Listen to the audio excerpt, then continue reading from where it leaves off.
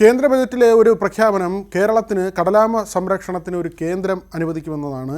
അതിവേഗ റെയിൽപാതയും എയിംസുമൊക്കെ പ്രതീക്ഷിച്ച കേരള ജനതയ്ക്ക് കിട്ടിയൊരു സമ്മാനമാണ് ഈ ആമ സംരക്ഷണ കേന്ദ്രം. നീറുന്ന നൂറ് പ്രശ്നങ്ങൾ കേരളത്തിൽ ഉള്ളപ്പോൾ യുവജനതയ്ക്ക് എന്തെങ്കിലും പ്രതീക്ഷിക്കാൻ വക നൽകുന്ന പല പദ്ധതികളിൽ ഏതെങ്കിലും ചിലതെങ്കിലും നമ്മുടെ സംസ്ഥാനത്തേക്ക് വരുമെന്ന് കരുതിയപ്പോഴാണ് ഇങ്ങനെ ഒരു സംരക്ഷണ കേന്ദ്രം വരുന്നത്. പെട്ടെന്ന് ഓർമ്മ വന്നത് ഈ ടൊട്ടോയിസ് മൊസ്കിറ്റോ കോയിൽ എന്ന് പറയുന്ന ഒരു സംഗതിയെക്കുറിച്ചാണ്. പലരും അങ്ങനെ കേട്ടിട്ടുണ്ടാവില്ല. ആമമാർക്ക് കൊതുകുതിരി, ആ കാര്യമാണ് ഈ ബജറ്റിൽ പ്രഖ്യാപനം വന്നപ്പോൾ പെട്ടെന്ന് ഓർമ്മ വന്നത്. അതായത് നമ്മുടെ നാട്ടിൻ പ്രദേശത്തൊക്കെ പണ്ട് ഈ കൊതുകിനെ കൊല്ലാൻ അന്ന് ഈ ഫാനും എ സി ഒന്നുമില്ല. അതുകൊണ്ട് നാട്ടിലൊക്കെ വലിയ കൊതുക് ശല്യം രൂക്ഷമായപ്പോൾ ആളുകൾ തേടിപ്പോയിരുന്ന ഒരു ബ്രാൻഡാണ് ആമമാർക്ക് കൊതുകുതിരി. ഈ ടൊട്ടോയിസ് മൊസ്കിറ്റോ കോയിൽ എന്നൊക്കെ പറയുന്നത് നാട്ടിൻ പ്രദേശത്തുള്ള ആളുകൾക്ക് വലിയ പ്രയാസമുള്ള കാര്യമാണ്. അതുകൊണ്ടാണ് അവർ ആ കവറിന് പുറത്തുണ്ടായിരുന്ന ആമയുടെ ചിത്രം അത് ചൂണ്ടിക്കാണിച്ച് ആമമാർക്ക് കൊതുകുതിരി വേണം എന്ന ആവശ്യം ഉന്നയിച്ചത്. ബോംബെ കെമിക്കൽ പ്രൈവറ്റ് ലിമിറ്റഡാണ് ഈ ആമമാർക്ക് കൊതുകുതിരി നിർമ്മിക്കുന്നത്.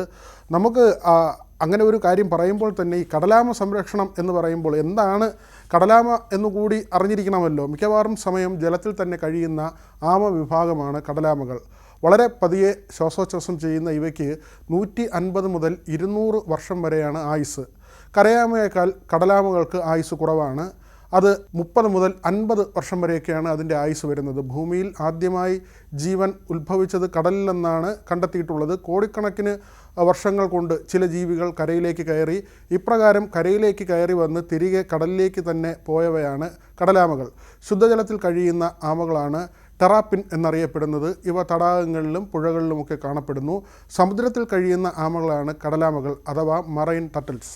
ലോകത്തിലെ എല്ലാ സമുദ്രങ്ങളിലുമായി 7 കടലാമ സ്പീഷീസുകളെ ഇതുവരെ തിരിച്ചറിഞ്ഞിട്ടുണ്ട്. ആധുനിക കാലത്ത് സമുദ്ര മലിനീകരണം മുഖാന്തരം കടലാമകളുടെ നിലനിൽപ്പ് തന്നെ അപകടത്തിലാണ്. ഇന്ന് ജീവിച്ചിരിക്കുന്ന ഏറ്റവും പ്രായമുള്ള ഉരകവർഗമാണ് കടലാമകൾ. ഏകദേശം 200 കോടി വർഷങ്ങൾക്ക് മുൻപ് തന്നെ കടലാമകളുടെ വർഗം ഉണ്ടായിരുന്നുവെന്നാണ് ശാസ്ത്രമതം പറയുന്നത്. ഏതാനും ഇഞ്ചുകൾ മുതൽ 7 അടിയിലേറെ നീളമുള്ള കടലാമകളുമുണ്ട്. ജീവിക്കുന്നത് കടലിലാണെങ്കിലും തീരപ്രദേശത്തുണ്ടാക്കുന്ന കുഴികളിലാണ് ഇവ മുട്ടയിടുന്നത്. മുട്ടയിട്ട് കഴിഞ്ഞാൽ പിന്നെ അവിടെ നിൽക്കില്ല. കുഴി മൂടിക്കഴിഞ്ഞാൽ ഉടൻ തന്നെ കടലിലേക്ക് ഇത് മടങ്ങിപ്പോകും. ആഴ്ചകൾ കഴിഞ്ഞ് മുട്ട വിരിഞ്ഞുണ്ടാകുന്ന കുഞ്ഞുങ്ങൾ അതിവേഗം കടലിലേക്ക് ഇറങ്ങും. അതിനു മുൻപ് മനുഷ്യൻ്റെയോ പക്ഷികളുടെയോ കണ്ണിൽപ്പെട്ടാൽ അതോടെ എല്ലാം തീർന്നു. പക്ഷേ ഇപ്പോൾ കടുത്ത നിയമങ്ങൾ നിലനിൽക്കുന്നത് കൊണ്ട് മുട്ടയെടുക്കാൻ മനുഷ്യർ ഒന്ന് മടിക്കും. കടലിൽ ജീവിക്കാനുള്ള ഒരുപാട് പ്രത്യേകതകൾ പ്രകൃതി കടലാമകൾക്ക് നൽകിയിട്ടുണ്ട്. കടലിലെ ആഴങ്ങളിലേക്ക് ഡൈവ് ചെയ്തു പോകാനും ദീർഘദൂരം നീന്താനുമൊക്കെ പറ്റുന്ന തരത്തിലാണ് ഇവയുടെ ശരീരഘടന. വീതി കുറഞ്ഞ് നീളം കൂടിയ ചിറകിന് സമാനമായി കാണപ്പെടുന്ന മുൻകാലുകളാണ് കടലാമകളെ അനായാസം നീന്താൻ സഹായിക്കുന്നത്. ചെറിയ പിൻകാലുകൊണ്ട് ദിശ നിയന്ത്രിക്കാനുമാകും. ഫ്ലിപ്പറുകൾ എന്നാണ് കടലാമകളുടെ പിൻകാലുകളെ വിളിക്കുക. പലയിടത്തും ഉറച്ച ഗ്രിപ്പ് കിട്ടാനും തീരദേശത്തും പാറമുകളിലേക്കുമൊക്കെ പിടിച്ചു കയറാനും മറ്റും ഇവയെ സഹായിക്കുന്നത് ഇതേ ഫ്ലിപ്പറുകൾക്ക് മുന്നിലെ നീണ്ട നഖങ്ങളാണ്. വെള്ളത്തിനടിയിലാണ് ഇവയുടെ ഉറക്കവും വിശ്രമവും. എന്നാൽ ഇടയ്ക്ക് ശ്വാസമെടുക്കാനായി ഇവ ജലോപരിതലത്തിലേക്ക് പൊങ്ങിവരും. ഒരു തവണ ശ്വാസമെടുത്താൽ 5 മണിക്കൂർ വരെ ഇവയ്ക്ക് വെള്ളത്തിൽ മുങ്ങിക്കിടക്കാനാകും. മണം പിടിക്കുന്നതിൽ വലിയ വിരുതുണ്ട് കടലാമകൾക്ക്.